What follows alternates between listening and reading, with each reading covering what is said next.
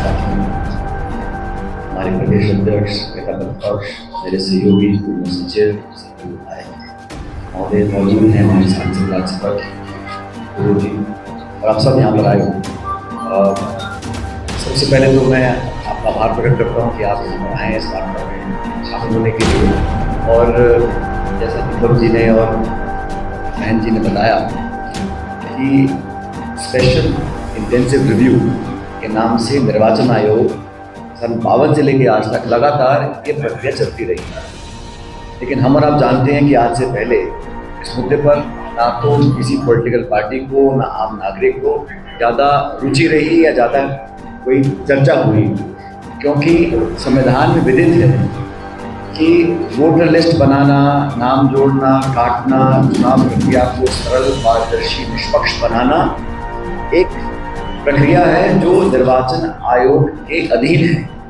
इसमें कोई शक या गुंजाइश की संभावना नहीं है।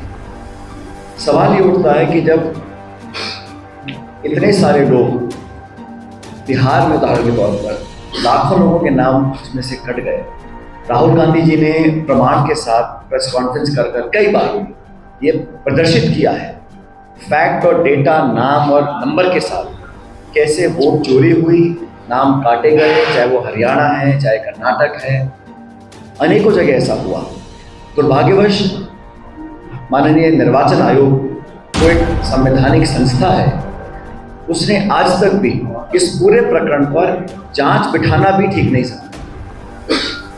दूसरी बात, वोटर लिस्ट में नाम जोड़ना, काटना और एक पुख्ता शुद्धिकरण के बाद लिस्ट तैयार करना, ये जिम्मेदारी किसी राजनीतिक दल की नहीं है। ये संवैधानिक संस्था है, निर्वाचन आयोग की जिम्मेदारी है। निर्वाचन आयोग हम लोगों को वोटर लिस्ट देता नहीं है।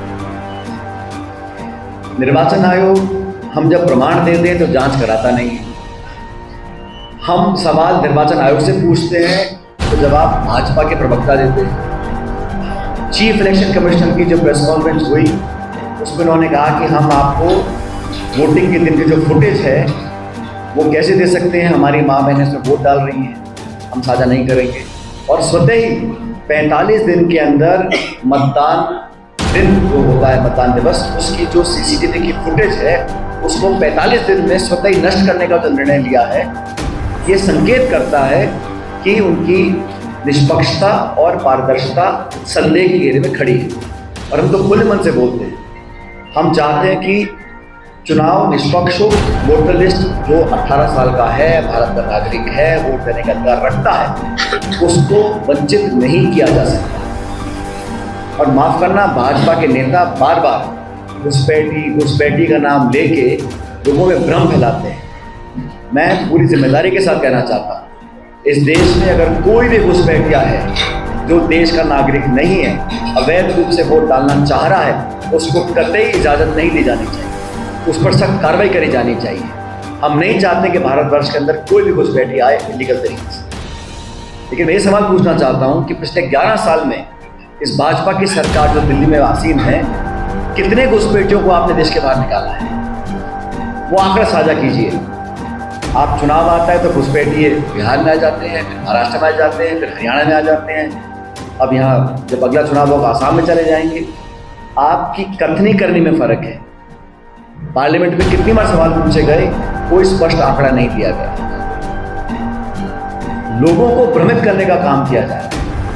अगर इस छत्तीसगढ़ में या देश के किसी कोने में कोई गरीब है, पिछड़ा है, दलित है, असहाय है, निर्धन है, अशिक्षित है, तो घुसपैठिया है क्या?